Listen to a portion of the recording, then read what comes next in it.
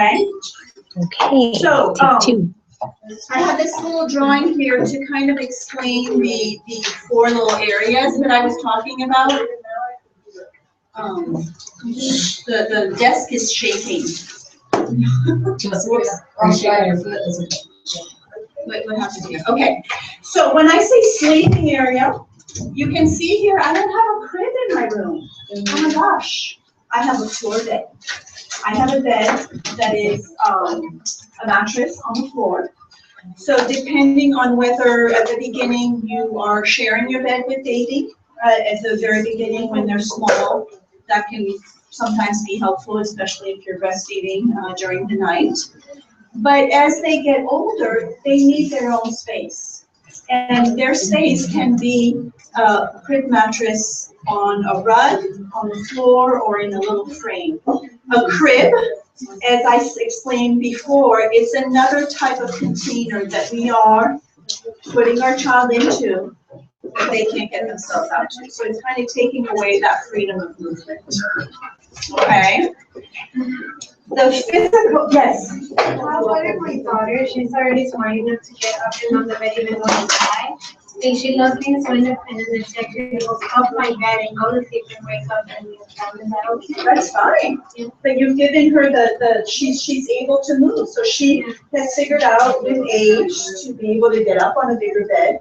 And, this is kind of a, people think it's kind of a crazy idea, but you know what? The child is very smart and will very quickly figure out that this mattress is way more comfortable than the tile floor or the hardwood floor, and they'll stay on there. And yes, at the beginning they might roll off, but you know what? You can make it safe so they don't hurt themselves, but they will quickly learn that this area is my bed, and it's comfortable, and this is where I'm going to stay.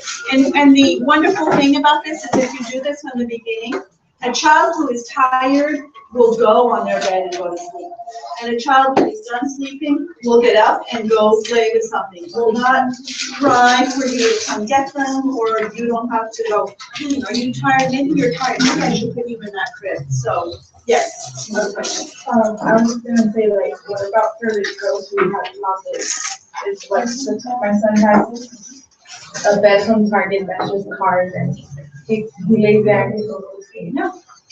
Right, so when I'm talking about the floor bed, I'm talking about it from the very beginning.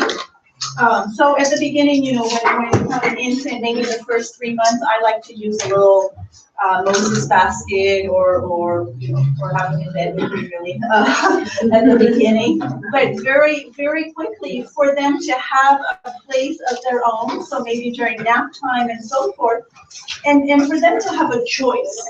So, whether you are still co-sleeping or bed sharing, at least they have something that they can call their own if they choose to go lie down on their own. Yes? Okay, it's normal for your child to sleep with you all the time? To sleep in white? Is it normal? With you all the time. With you? That's up to you. That's a very personal thing. My husband refused to have my child in our bedroom, so I kind of have to give up that idea. If I were to go back in time, I would say, I'm sorry, but you need to move out, and I'm sleeping here with my baby. Because I have always he's about to be 4 in August. My son is 4, and he has his own bed, but I know it's something different when a baby comes in. So since I have my baby right now, the baby's a year and a month. She sleeps with me all the time, and she has her crib, but she never wanted to sleep there. So try a floor bed. Try taking that mattress out of the crib and putting it on the floor, so that it's something that she can choose to go to and get out of. No, but that's the thing. I try to put my son in his bed and sleep the baby in the crib, but then the baby will start crying, and then my son wants to go off with me. Like they both want to sleep. Right. So that's a whole routine that you need to set up and just explain. Your 4-year-old is smart enough to understand that you need his help to be able for both of them to sleep in the room. Because he has to be treated like a baby too. Yeah. Well, but no, he's not. There was another question. Yes, I'm sorry. So my daughter is 5 months. So what would I do? So where does she sleep right now? I don't know. It's just a little looking at me, Uh-huh, well, that's an end. kind of. Yeah, That's with you in your room? yeah, but it's right next to me. Uh-huh. Uh-huh. So, I mean, if that's okay, but, I would try to just create a little space, maybe, in your room with a mattress and just making that her space, because soon she'll be able to crawl off and crawl on and just have that freedom. And like I know I said the Moses basket, like I saw one of those, but I hope it really great. Yeah, no, she's too old for that. That's now just the mattress. And when I say the mattress, I'm meaning just, really a mattress with a fitted sheet, nothing on it, because you don't want them to, get themselves into a little blanket. And So where they're crawling and they just kind of like get off. you learn. That's how you learn. When you trip, you're careful. That's how you learn. We can't bubble wrap our children. They're gonna be good. Yes. So that's normal, right? Yes. Like my family, everybody will look at me weird when I was let them be. If she trips, I mean, Exactly. she's never crashing on every lesson or when getting her down the bed. I mean, like she's learning things. Exactly. But people will look at me like I was a bad mom. No, you're not. You're not. You're letting her figure things out and you're letting her be independent. When we overprotect our children, and it's funny because this talk I went to last night was all about that, or just, how we hear this term helicopter parents and all that. And she just makes fun of all these parents that, we're not giving them life skills. When we're doing everything for them, we're overprotecting them. We're not preparing them for the real world. So, yes. My son, one time I went to the kitchen and I for a distraction for him to not realize that I was gone. Because when I leave, he starts crying, so I put some cartoons and I left. And I see, when I came back to the room, he was in the floor. But I didn't hear nothing, I didn't hear him falling to the floor, nothing. So I have a kind of idea that or blankets are a little bit slippery. So I think that he went to his yeah. And he did that with my son's bed. He did that and he didn't fall. He grabbed with his hand and everything. I was like, oh my God. But I was like, okay, I'm gonna let him be. Not gonna be running to him and trying to save him. Good. Because if I did, I was gonna be crying. So you see, these are some pictures of floor beds and how I brought down some artwork down low so that they can see it. They love family pictures or artwork, but down low because they're not up here like we are, right? So when you're creating a little space for them, or even in the hallway or thing, you can put some family pictures of maybe some ancestors that you miss or brothers and sisters that live far away. That's a great way to tell them stories. That's a great way to connect them to the family and to the community. And you see how it's very minimal. There's very few toys, so when they're done sleeping, there's not too much that they can get themselves into. So what kind of months or each we can do that? Day one. Throw them in the pool. But you know what? It's okay. You have to set it up from the beginning. And, at the beginning, I think our instinct is that we want to have the baby close to us and they need to have the skin to skin and close to us. So that's good for the first few months. But as soon as you're, wanting to have your space, you can invite them to have theirs too. So it's just, again, I know this is kind of different than what you see in the most, nursery thing. Everything. And all that, right? Everything. Exactly. Television, all of it. Exactly. But I mean, think about it. When we look at magazines and we go through all the beautiful nurseries and everything, when you look at them, try to see it from a crawling baby's perspective. It's There's nothing for them. It's a beautiful environment for the adults. Everything is up high, there's a picture of me being pregnant, there's a picture of me da da da da da. It wasn't there for the baby, It's a good point. you know, so I'm just making that. That really does look like something I would like to do. Yeah. Well, then you're gonna have to use on top animation. So when do you stop?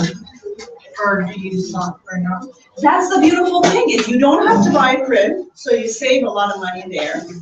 And the only thing that you might change is if you start with a crib mattress. Crib mattress is good for 3-4 years, depending on the size of your child. And then you go to a twin mattress. And you can have that forever, you know. The only thing that you can change is maybe putting it on a higher frame because, you know, your older child can get up and down from your bed. But, you know, the room there with the two, those are two little girls. They are 9 and 5, and that's fine. So, you know, and then you can, yes. My worry is like the dust, like, or even if constantly think, there's dust is always going to gather on the floor. Pop up, or cockroaches, spiders, you know, your baby's on the floor. You know, Now, you're not we near need to it, be, you can't feel it definitely, right we now. need to be careful of, you know, making sure that it's safe. So, you know, I would definitely make sure that it's clean and all of that. And as they get older, they can help you do the dusting and you know, all of that, because they love doing that. Yeah. Did you have a question, Mary Jane? Okay. I make sure that she's out there, because I didn't hear though about spiders and. So I just say, you know, to do a safety check, of course, you know, to make sure that environment, because when you're doing a room with a floor bed, it's true that you need to make sure that the entire room is safe, you know. But you know, when you think about it, the crib was a 19th century invention, and it really is to appease the adult. And when you look at different cultures around the world, I think the Western world is one of the only ones that actually uses this kind of container to put our children in. So, you know, so it's just, again, I'm just trying to make you think differently than.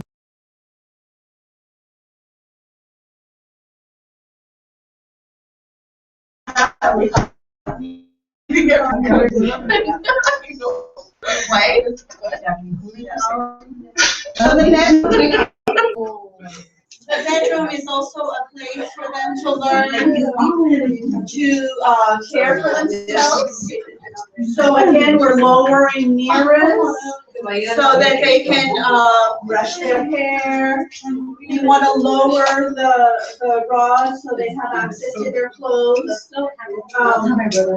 Here, I would say there's maybe a little bit too many clothes. I would definitely limit their choice.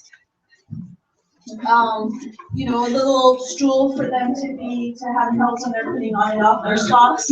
A mirror that they can see themselves, that's really very helpful when they're learning to get dressed. They can see that they've got their pants on backwards.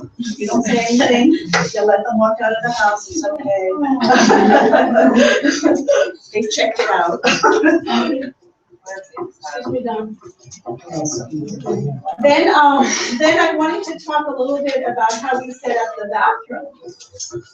But first, when we have a baby, at the beginning, we are doing a lot of the physical care, what I call the physical care, so changing dressing them and all that. One thing to keep in mind is that a lot of the changing tables that I see today is we are tending to our children sideways. Oh, yeah, I like that. Right? All of the changing tables are kind of up against the wall, and we're just kind of, we're kind of sideways, and they're kind of looking at us like this. So try to either shift yourself so you're looking at them, or change the changing table so it's oriented. I much prefer looking at somebody straight on than caring for them sideways. So something else to be thinking about when they're small. When they start really fighting you, when you put them down on that changing table, that is them communicating with you that it is time for you to give them something else. And that is when you start introducing the potty. And you start bringing that into your routine. It is their way of communicating, Mom, I'm done with this, show me something else. Same thing at 9 months, I have to teach my daughter how to go to the Yes. bathroom. Yes. Maybe she's advanced. It's not teaching her, it's following her request of her saying, Mommy, I don't really like lying down here and you putting the diaper. Is she able to sit on her own? Yeah. So I would invite her maybe just one time during the day when, maybe waking up from a nap or waking up in the morning when you know that she usually pees. I would invite her to go sit on a potty so that it becomes just part of your routine. Instead of bringing her to the changing table and taking off the diaper, you go in the bathroom, take off the diaper, and sit her on the potty. So again, it's a transition, but it's routine. But her fighting you, that's her saying, Mom, show me how to be independent. And toilet learning is a big, big step in independence. I mean, imagine not being able to care for yourself and having to have somebody else take you to the bathroom and so on and so forth. Yes. What about they don't fight you, they just, my son, I'm like, Papa, it's time to change your diaper, go give me a diaper when he's, and then he gives me a diaper, I choose him, and he lays down, and he's 3. Well, he's just kept it a routine. So for a 3-year-old, I would just stop buying diapers. Yeah. And stop putting on the cotton underwear. And that's a big transition, but you gotta do it, and you gotta commit to it. You put it on when he sleeps? Yes. And but toilet is, I could do a whole class on it, so I'm more than happy to come back and just do toilet. They are gonna have you like 3 weeks. Yeah, and I wanted to kind of get a feel of wipes, so toilet will be one. Okay. Okay, girls, listen up, where we go. I At 2 o'clock. My son is 11 months and he makes like changing them for the mom. But in my family, taking him to the bathroom at this age is gonna be like so much trauma about it. Because my family is Mexican and the tradition is different. And I wanted for my baby brother, like when he was 1, to put him to get diaper fire change. My tia got mad. He's like, no, you're not gonna do that. You're gonna, I don't know, like it's something crazy, like go to the bathroom is like putting air to his like butthole and then I hadn't heard that one. yeah. No, so there's a lot, again, I will demonstrate with that. And there's a great book that's called Diaper Free Before 3.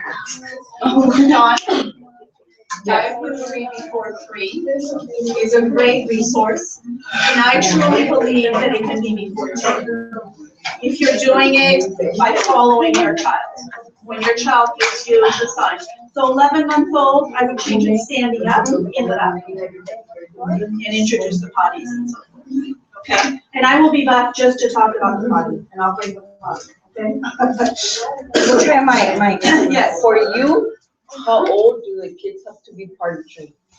So both of mine were done by 2. By 2? Yeah. Completely on their own, and maybe 3 months later, nighttime. With the Pampers and night, 6 by 2.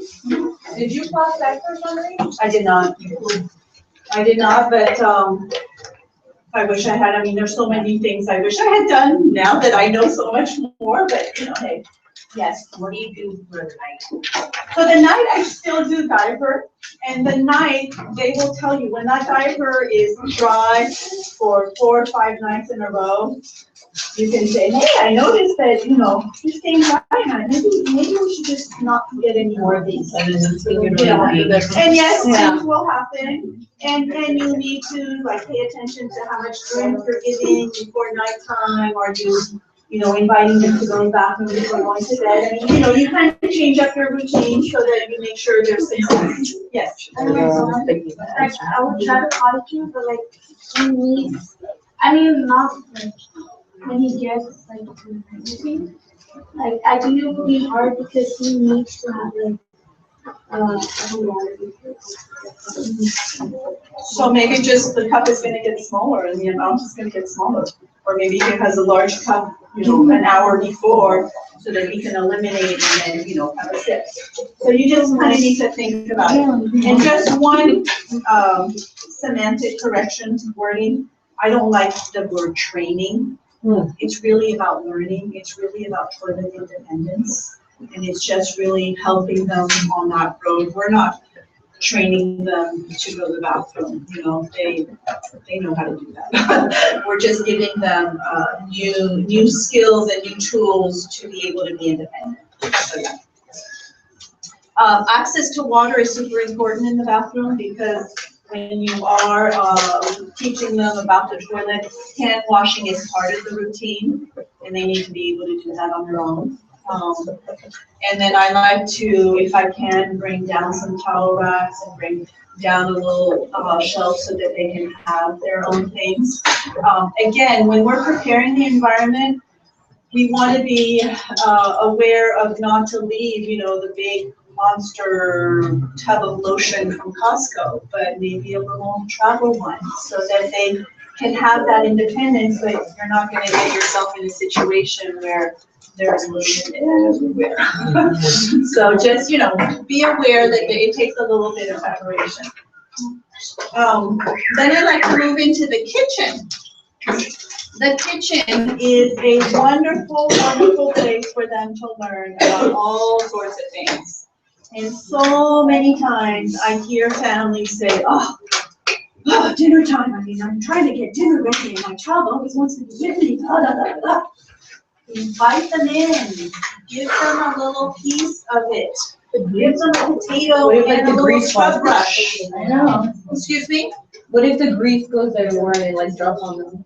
Well, we need to be careful of what we're cooking, and maybe put it on the back burner and put a filter so it doesn't splatter everywhere. We need to be careful for ourselves, right?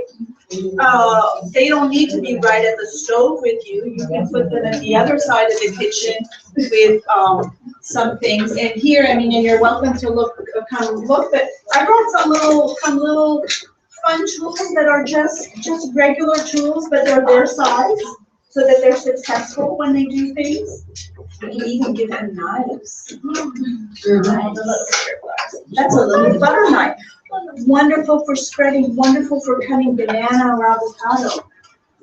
They learn the skill. And later on, you can give them something, this is a little chopper that they use both hands. A little scrub brush to just clean the potatoes. They'll be so happy, and you will get all of your dinner done. You'll never see that potato again, but that's okay. They're involved, they're doing something, they're happy. Sure. You can make them a little apron. When they have the apron, they know that they have to be careful, and these are easy to make, super easy to make. I have patterns if you want, or, they're on the seats. But I like to have things, tools that are good quality, but for them. Like, I don't like all the pretend, plasticky stuff where they're not going to be successful. And this one they can put on their own, because it's elastic, and then it's just a little Velcro, so totally independent. You have it on a little hook down in the kitchen. They put it on. They know they've got to be on their best behavior, and so the kitchen, I like to organize it where they can get their own things. So a little low shelf under the kitchen counter, or one of the cupboards, or maybe a bottom drawer. Yes. What if my kitchen isn't big enough to add more things? So do you have like a bottom drawer that you could just dedicate to his or her things? No, because the cleaning supplies and the dishes one of the. So maybe you just need to rethink about where you're putting the cleaning supplies. Maybe the cleaning supplies can go up high, or in the garage, or in another closet that they can't have a garage. So we need to just rethink. We need to think for their special needs. There's a woman. We don't got space a lot. Right, so you have to really get creative. And sometimes, you know what it takes? It takes creative stuff. Sometimes we just end up thinking like we have just way too much stuff around. And if we just make a little bit of space, we realize like, oh, I can make, just half of the drawer space or half of the cupboard. It doesn't have to be the whole kitchen. We're talking about just a little shelf somewhere where you just have 2 bowls. You don't have to have, your grandmother's china out for them. What about if you have 2 kids Right? Fine. and they fight for that? Well, no, you have it here. This is a house for 2. They have, both their things. So it's just a matter of organizing. Yes. Yes. So the water thing, I'm careful as to how much water I'm gonna run it in. Because we know that they love those spouses. Oh, yeah. But like this, I'm gonna make this accessible to them. This is from a very, very early age. This is 9 months. You know what this is? A shot glass. A shot glass. And I'm sure you guys all have one. Okay? They don't need a sippy cup and all that. They can drink from this. And this is a little creamer. And all I put in here is enough water to go in the cup. Because we know that when they start pouring, they don't stop pouring. Right? And I even cut a sponge to their size. So if there is a little spill, we can show them how to pick it up. And this is just a regular sponge that I just cut in pieces. So how about I don't know? That's it. But this is for them at their size. So that little cup of water. You do the stuff, right? And they love to pour. They love to pour. They love to. And also just really quickly, because they were talking over here about the fact that it's glass, and there may be some concern. Okay, so glass, fragile things. Why would we want to give fragile things to our children? So they can learn. And you know what? Beauty attracts. Beauty engages the world. So usually, little things are a little fragile. And they are very, very careful. They will be so careful because they don't want to break it. Because if it breaks, well, they will learn about it. And yes, you have to clean it up and you have to be careful with it. Don't you worry, they won't break that glass again. When we give them a plastic sippy cup, first of all, we're not giving them information so that when we put it upside down, it spills. And then when they throw it across the room, nothing happens. So we're not really giving them much to learn from. You're just trying to start a revolution. I'm starting a revolution. Oh, real. So it's fine if that thing breaks and hurts someone, if it breaks, it's fine if that happens? I'm not gonna say it's okay for the break to hurt them. No, we're going to be very careful. But you can be careful with glasses if it breaks. I mean, obviously you're gonna clean it up, but if So if the glass breaks, oh, it broke, here, let me clean up. And you clean it up, you make sure that all the pieces are gone. You're not gonna let your child clean it up or go play with the pieces of glass. But you said a nine-month-old. A 9-month-old can very much hold this. She's pretty much gonna hit it, or She's gonna be sitting down and learning how